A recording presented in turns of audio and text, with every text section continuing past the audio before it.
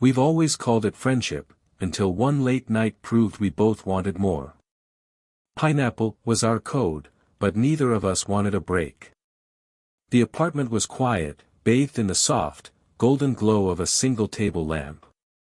Outside, the city hummed with distant traffic, occasional sirens blending into the night.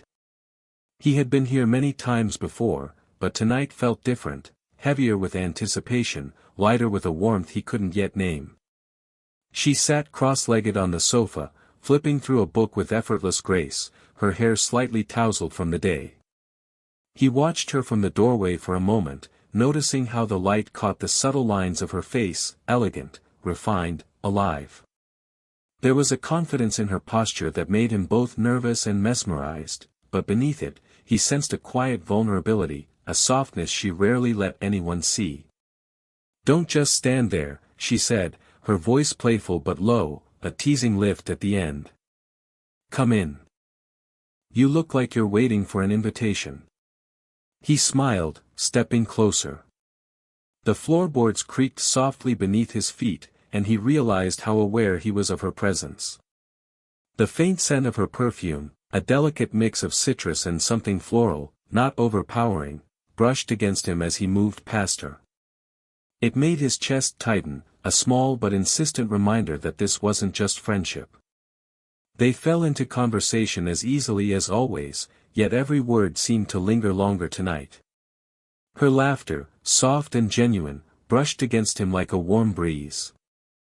He reached for a notebook, pretending to check something, and their hands brushed, accidental, fleeting, but it sent a subtle jolt up his arm.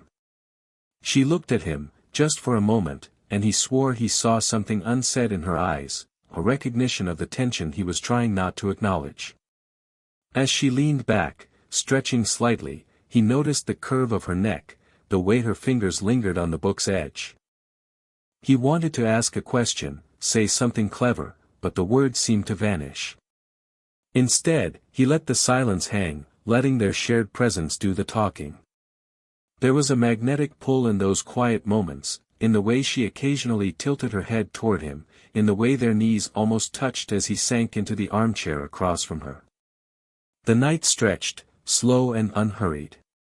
Each glance, each accidental brush, was a silent spark, igniting a connection they both tried to ignore. He was painfully aware of the age gap, the world's expectations, the voices in his own head, yet tonight it didn't matter. Tonight, it was just them. Finally, she closed her book and looked at him with a softness that made his heart race. "You know," she said, tilting her head, "I think we both know there's more to this friendship than we admit." Her words were light, teasing, but underneath lay a truth neither of them had yet dared to voice. He smiled, feeling the warmth of her gaze settle into him. And in that quiet, golden-lit room, with the city humming outside, something shifted, subtle, tender, irrevocable. Tonight was the beginning. The conversation flowed like it always did, effortless, teasing, familiar, yet tonight it felt charged with a subtle electricity neither of them could ignore. He had sat down across from her, the soft glow of the lamp painting her features in golden warmth, and every casual glance or laugh seemed to carry a weight they weren't ready to name. "So," she said, leaning back slightly, "do you always stare at people when you think they're not looking?" Her tone was teasing, light, but there was a glint in her eye that made his pulse quicken. Maybe only when they're interesting," he replied, trying to sound casual, but his voice betrayed him. She tilted her head, a small smile tugging at her lips, and for a moment, he felt exposed in the most thrilling way. The air between them shifted as they spoke, punctuated by pauses that weren't empty but full of unspoken acknowledgement. Every brush of her hand against the table, every subtle movement as she shifted in her seat, seemed to ripple through him. He noticed the warmth radiating from her whenever she leaned forward to emphasize a point, the slight tremor in her fingers as she adjusted a stray strand of hair. "You know," she continued, leaning closer, her voice softer now, "I think we might be pretending a little too well that this is just friendship." Her words hung in the space between them, playful yet probing, daring him to respond. He swallowed, heart hammering, and decided to meet her halfway in the teasing game. Oh. And what, exactly, are we pretending? She laughed softly, the sound low and intimate. That we don't both want something more. Her eyes held his, steady and curious, as though inviting him to admit it, but also giving him the space to back away if he needed. And then, with a mischievous sparkle, she introduced the playful code: if things get too intense, just say, pineapple, and we'll pause. Deal? He laughed, the tension breaking just enough to make it sweeter. Deal, he said, feeling the thrill of their shared secret. That single word, simple, absurd, ridiculous even, suddenly carried a weight, a playful acknowledgement of something deeper, something they'd both been dancing around for weeks. They fell into an easy rhythm, teasing each other about silly things, sharing inside jokes that made them lean closer, laugh harder. Her elbow brushed his when she reached for a pen, and neither of them pulled away. It was electric, a soft, lingering current that sent shivers up his spine. Time seemed to stretch, every laugh and glance lingering longer than it should. He caught her staring at him once, a fleeting look, and felt an almost painful longing, the kind that came from recognizing desire mirrored in another person. Her presence was magnetic, intoxicating, yet gentle, a delicate pull he didn't want to resist. By the end of the night, as the city hummed quietly outside and the lamp's light flickered softly, they both sat in a comfortable silence. It wasn't awkward, it was charged. They were no longer just friends, not really. Something had shifted in those moments of laughter, touches, and shared secrets. And both of them knew it. Tonight, the game had begun, a slow, teasing dance of words, glances, and touches, where the line between friendship and desire blurred deliciously. The clock on the wall ticked softly, marking the late hour. The playful energy from earlier had softened into something quieter, more personal. The laughter that had filled the room was replaced by a stillness that felt fragile, like they were standing at the edge of something real. He sat on the floor beside the couch now, leaning back against it, coffee mug in hand. She had pulled her legs up beneath her, wrapped loosely in a thin throw blanket. The glow from the lamp brushed against her cheekbones, and for a fleeting second, he couldn't tell if the warmth he felt was from the room or from her nearness. They had been talking about everything, work, books, travel, and somehow the conversation drifted into memories they didn't usually share. You ever feel, he started slowly, hesitating, like you've built your life exactly the way people expected you to, and then one day, you wake up and realize it's not really yours? She looked at him quietly, eyes softening. Her expression wasn't pity, it was understanding. Yes, she said simply. More times than I'd like to admit. Her honesty caught him off guard. She shifted slightly, the blanket slipping off one shoulder, and she didn't bother to fix it. There was something vulnerable in her posture, something unguarded. When I was your age, she continued, smiling faintly, I thought I'd have everything figured out by 40. Turns out, that's when I started questioning everything again. He chuckled softly, but his chest tightened. The difference in their years had always been unspoken, but tonight, it hung in the air between them, not as a barrier, but as something strangely magnetic. There was a long silence. The kind that invites truth. She reached for her cup, her fingers brushing against his hand by accident. Or maybe not by accident. The touch was feather-light, but it lingered, neither of them pulling away. You know, she said softly, you have this way of listening. Like you actually see people. It's disarming. He smiled faintly, heart pounding. Maybe that's because I see you, he said quietly, before realizing how vulnerable that sounded. But she didn't flinch. Her lips parted slightly, a small intake of breath, a flicker in her eyes that said she felt it too. The air grew still again. The kind of stillness that only happens when two people realize they've stepped past a line without meaning to. She finally exhaled, setting her cup down. "Careful," she said, voice soft but trembling slightly. "That kind of honesty can get dangerous at this hour." He smiled, matching her tone. "Then maybe I'll say pineapple if it does." Her laugh came quietly, warm, breathy, real. And just like that, the tension eased again, though neither of them could ignore what had just passed between them. It wasn't just friendship anymore. It was something fragile, growing, and terrifyingly alive. The night had deepened, the kind of late hour where the city outside had fallen half asleep and time felt suspended. The conversation had slowed into soft exchanges, fewer words, more glances. The quiet between them had changed, it wasn't awkward now. It was charged, humming with something unsaid. She had moved from the couch to sit beside him on the rug, drawn by the warmth of the floor lamp and the comfort of shared space. The distance between them was almost non-existent now, a few inches, maybe less. He could feel the faint warmth of her skin through the air, a subtle reminder of her presence.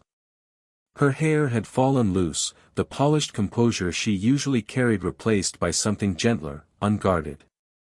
He found himself stealing small glances, the way the corner of her mouth lifted when she smiled softly, the way she absent-mindedly ran her fingers along the rim of her cup as she listened. When she turned her head suddenly and caught him watching, she didn't look away. Instead, she smiled, a knowing, quiet smile that said she noticed more than she let on. "What?" she asked, voice playful but low. "Nothing," he said, smiling faintly. "You just look comfortable." "Comfortable?" she repeated, amused. "That's a diplomatic word." He laughed under his breath, but his voice softened. "It's a good thing."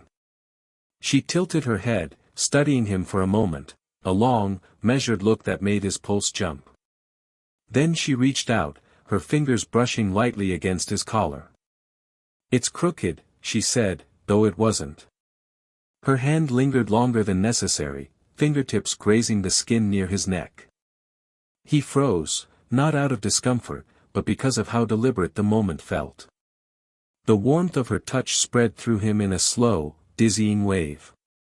"Better?" he asked, barely above a whisper. She smiled, still close enough for him to catch the faint scent of her perfume, something floral with a touch of spice. "Much better." The silence that followed wasn't empty. It was a silence full of heartbeats, breath, and 1,000 unsaid words. She looked at him for a long moment, then laughed softly, perhaps realizing how close they'd gotten. "This is dangerous territory," she said, her tone light but her eyes serious. He smiled. "I thought that's why we invented the safe word." Her laughter filled the room again, soft and genuine. She shook her head, tucking a strand of hair behind her ear. "Right. Pineapple." They both smiled, but neither moved away. Their shoulders brushed now and then as they talked, a rhythm forming, quiet, comfortable, electric. At one point, she reached for the notebook on the table, and their fingers touched again. Neither of them pulled back. For a moment, they just sat there, two people caught between friendship and something far deeper. The air felt heavy, their breaths shallow, but neither wanted to break the spell. It wasn't a kiss. It wasn't even an embrace. But in that quiet, shared moment, with her hand resting lightly on his sleeve and his heart racing beneath it, it felt like the start of something they could no longer pretend not to feel. The night stretched into something timeless, a quiet cocoon where laughter melted into silence and every glance seemed to last a second too long. They'd both abandoned the idea of watching a movie. Instead, the conversation had turned silly, easy, the kind of banter that hides nervous hearts beneath smiles. She sat cross-legged on the rug now, facing him, her hair slightly messy, her cheeks flushed from laughing. There was something disarmingly human about seeing her like this, the polished, composed woman replaced by someone freer, lighter. He couldn't help but smile, watching how her laughter softened into an expression of quiet warmth whenever their eyes met. "You're staring again," she teased, eyes glinting. He grinned. "You keep giving me reasons to." She rolled her eyes, pretending to be unimpressed, but the faint blush that rose to her cheeks betrayed her. "Careful," she said, tapping his arm playfully. "That kind of talk might require a pineapple." He laughed softly. "No chance. I'm enjoying the danger." That made her laugh too, but her voice dropped just slightly, enough to carry a trace of something deeper. "You really should be careful saying things like that," she said, her tone playful but edged with sincerity. He tilted his head, searching her face. "Why?" "Because I might not stop you," she whispered, a teasing lilt wrapped around something true. The silence that followed was different now, intimate, pulsing with unspoken understanding. The air seemed thicker, filled with the warmth of shared laughter and the gravity of feelings no longer hidden. She shifted closer without thinking, a small movement, but it made all the difference. Her knee brushed his. Neither of them moved away. The room seemed to narrow, the rest of the world fading until it was just them. The soft hum of the city outside. The dim light. The faint rhythm of her breathing close enough to feel. He reached for the mug beside her, their hands colliding. This time, they didn't laugh it off.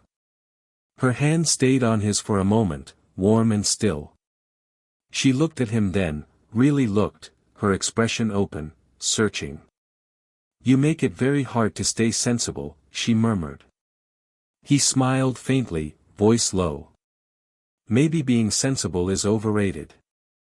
For a heartbeat, it felt like the moment would tip forward, that she might close the distance, that he might lean in. But instead, she exhaled softly, the tension turning into a smile. "Pineapple," she whispered playfully, tapping his hand. He laughed, the sound breaking the spell but softening it, too. The room filled again with quiet laughter, with relief and tenderness. She leaned against him this time, resting her head on his shoulder. The contact was simple, but it carried every unspoken confession they hadn't yet dared to say. Outside, dawn was still far away.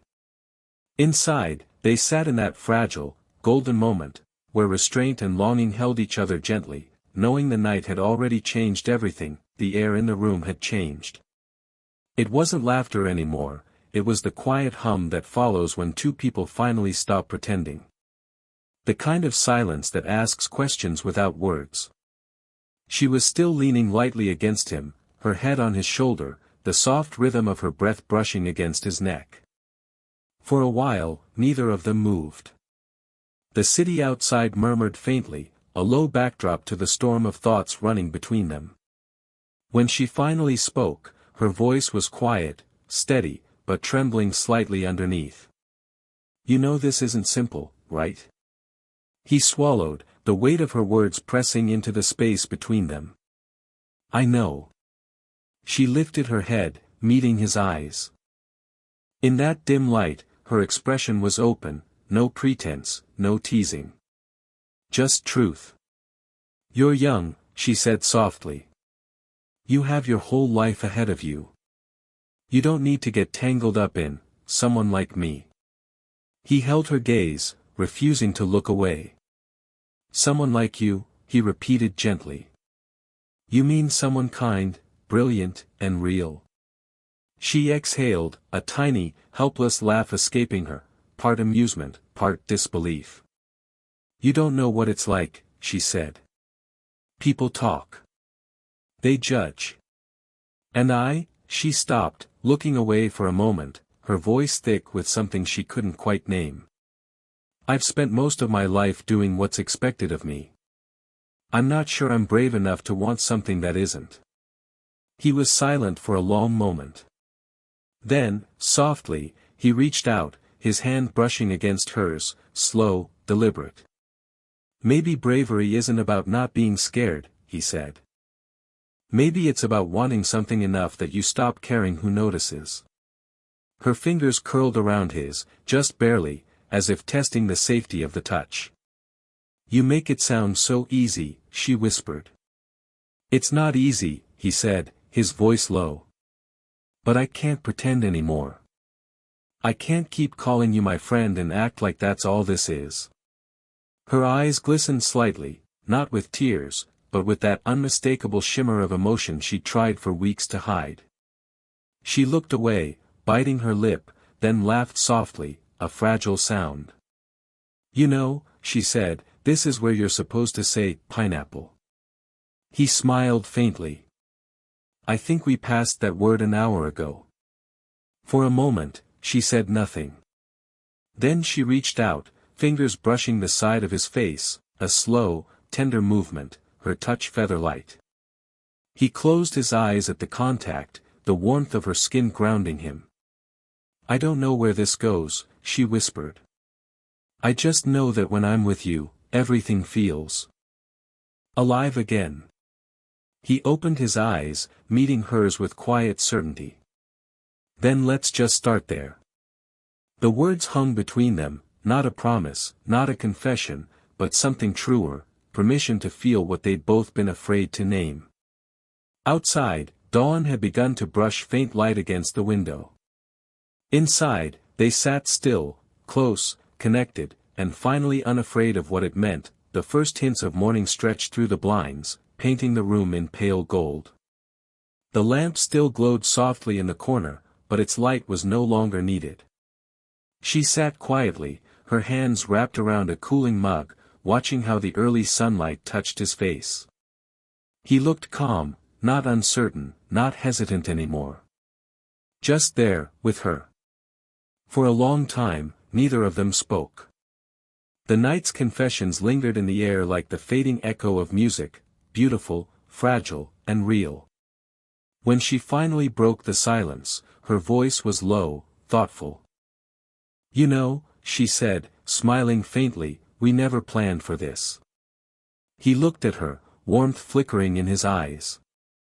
"I don't think you can plan for something that feels this real."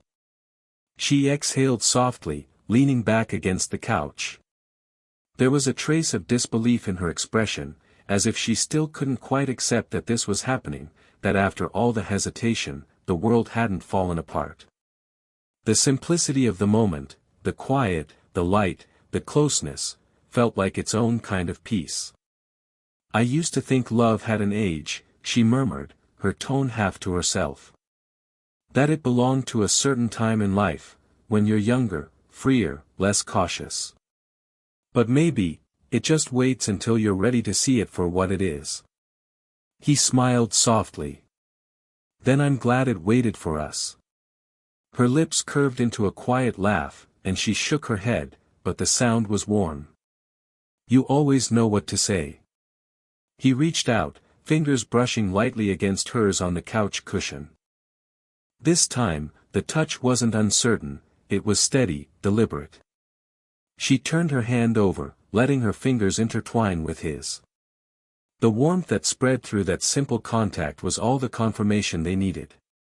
For a while, they sat like that, hands clasped, breathing in the quiet rhythm of morning. It wasn't a grand declaration or a passionate promise, it was something gentler. Acceptance. Connection. She leaned in slightly, resting her forehead against his temple, and whispered, "You know what the funny part is?" He smiled. "What?" "I don't think we'll need the safe word anymore." He chuckled softly, the sound rumbling between them. "Guess we've graduated past pineapple." She laughed quietly, pulling back just enough to meet his eyes. "I think so." Outside, a bird called, the first sign of the day fully arriving. Inside, the air was calm, full of unspoken gratitude for what they'd finally allowed themselves to feel. She stood, stretching slightly, then offered him her hand. "Come on," she said gently. "You can stay for breakfast. Just coffee and quiet, nothing complicated." He took her hand without hesitation. "I wouldn't want it any other way." As they moved to the kitchen, their fingers still loosely entwined, the night's weight melted into the light. The tension, the hesitation, the careful boundaries, all of it had transformed into something real, simple, and deeply human. It wasn't about defying the world anymore. It was about choosing warmth, choosing truth, choosing each other. And as the morning sun filled the room, that choice felt effortless. If this story made your heart ache just a little, if you've ever loved someone you weren't supposed to, hit that red heart, share it with someone who understands, and subscribe for more stories that remind us love doesn't follow rules, it just finds its way.